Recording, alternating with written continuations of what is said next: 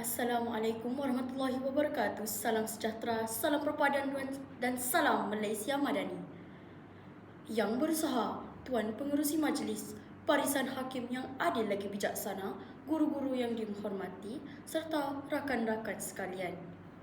Yang bulat tidak datang bergolek, yang pipih tidak datang melayang. Begitulah hakikatnya, keamanan kita kecapi hari ini bukan hadir dengan sendiri. Ia dibina atas semangat perpaduan, pengorbanan serta kesepakatan seluruh rakyat Malaysia. Persoalannya, apakah tiang seri yang menjadi asas kepada keharmonian negara kita? Jawapannya tidak lain dan tidak bukan, ialah rukun negara. Hadirin yang saya muliakan, rukun negara bukan sekadar 5 baris ayat yang kita lafazkan setiap minggu di perhimpunan sekolah. Lebih daripada itu, rukun negara ialah kompas kehidupan, panduan perpaduan dan nadi yang menyatukan seluruh rakyat Malaysia. Pada hari ini, izinkan saya menghuraikan 3 prinsip yang amat dekat di hati saya, iaitu kepercayaan kepada Tuhan, kesetiaan kepada raja dan negara, serta kesopanan dan kesusilaan. Hadirin sekalian, prinsip pertama, kepercayaan kepada Tuhan. Mengapa prinsip ini diletakkan di tempat pertama? Kerana tanpa pegangan agama dan nilai ketuhanan, manusia mudah hanyut di bawah arus dunia. Agama mengajar kita tentang kejujuran, kasih sayang, amanah dan hormat menghormati. Sebagai pelajar, kita membuktikan kepercayaan kepada Tuhan bukan hanya melalui ibadah tetapi juga melalui akhlak yang mulia. Kita tidak mampu ketika peperiksaan tidak membuli rakan, tidak memfitnah di media sosial dan sentiasa membantu mereka yang memerlukan. Sesungguhnya, apabila hati dekat dengan Tuhan, jiwa dipenuhi nilai kemanusiaan. Apabila manusia berakhlak, masyarakat menjadi harmoni. Apabila masyarakat menjadi harmoni, negara akan terus diberkati.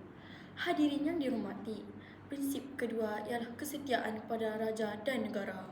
Pepatah Melayu ada menyebut, hujan emas di negeri orang, hujan batu di negeri sendiri. Lebih baik di negeri sendiri. Malaysia ialah tanah air yang kita cintai. Di sinilah kita dilahirkan, dibesarkan dan menimba ilmu. Kesetiaan kepada negara bukan sekadar mengibarkan jala gemilang ketika bulan kemerdekaan.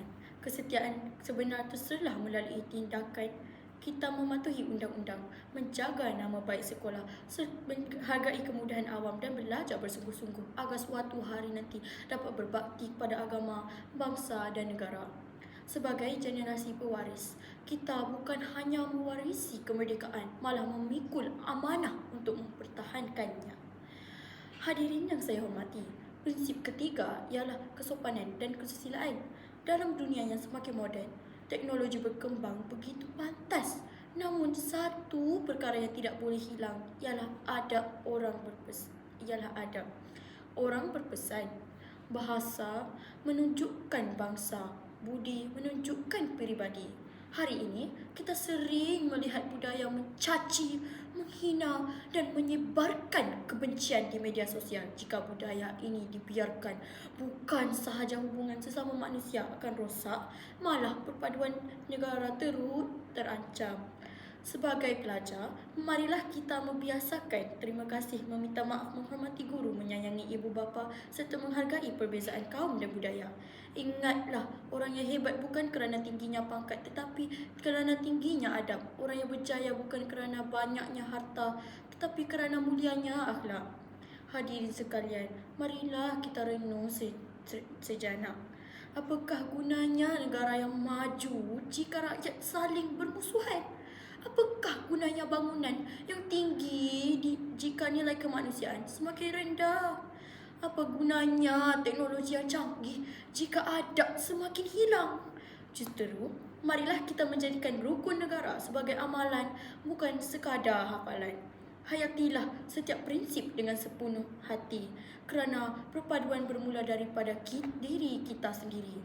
Sebelum saya mengundurkan diri, izinkan saya meninggalkan kata-kata ini. Rukun negara bukan sekadar warisan semalam, tetapi harapan untuk masa hadapan. Bukan sekadar ikrar di bibir, tetapi janji terpahat di hati setiap rakyat Malaysia. Kalau bukan kita menghayatinya, siapa lagi? Kalau bukan sekarang, bila lagi? Sekian. Wabillahi taufiq wal hidayah. Wassalamualaikum warahmatullahi wabarakatuh. Terima kasih.